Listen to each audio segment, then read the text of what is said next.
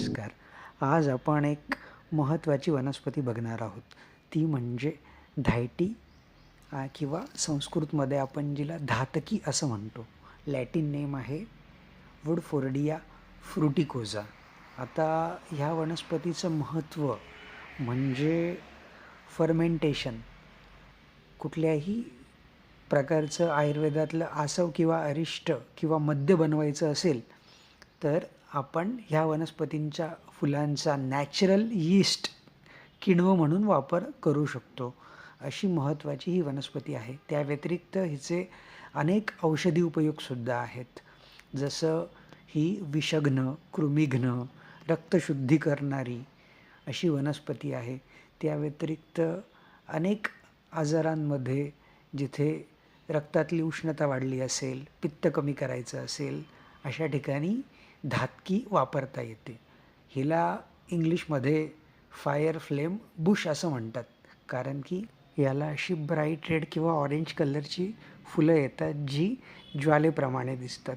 त्यामुळेच हिला वह्निपुष्पी, वह्निज्वाला, धातुपुष्पी अशी पर्यायी नावं आलेली आहेत. तसेच ही वनस्पती आपल्याला पर्वतरांगांमध्ये रस्त्याच्या दुतर्फा उगवलेली पाहायला मिळते, म्हणून हिला पर्वतीय असे पर्याय नाव आहे. आता आपण ह्या वनस्पतीचं ओळख आणि स्वरूप बघूया.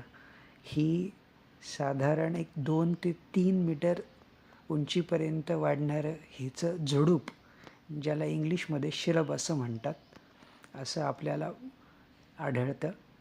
त्यानंतर याची स्टेम बार्क त्वचा जी आहे ती अशी ॲश ब्राऊन कलरची त्वचा आपल्याला पाहायला मिळते.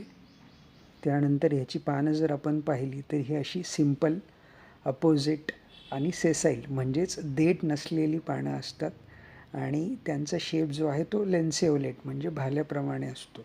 आणि ही पानं साधारण 5 ते 10 सेंटीमीटर लांब आणि 2 ते 3 सेंटीमीटर रुंद अशी पानं असतात. त्यानंतर आपण याची फुलं जर बघितली तर मगाशी सांगितल्याप्रमाणे ब्राईट रेड कलरची आणि क्लस्टर ग्रुपमध्ये येणारी ॲक्झिलरी सायमोज इन्फ्लोरसन्समध्ये येणारी याची फुलं असतात. ही फुलं साधारण 1-1.5 सेंटीमीटर लांब आणि ट्युब्युलर अशी असतात आणि त्याचं फळ हे आहे, हे एलिप्टिक कॅप्सूलच्या स्वरूपात असं ब्राउनिश कलरचं याचं. अशा प्रकारे आपण धातकी ही वनस्पती ओळखू शकतो. धन्यवाद.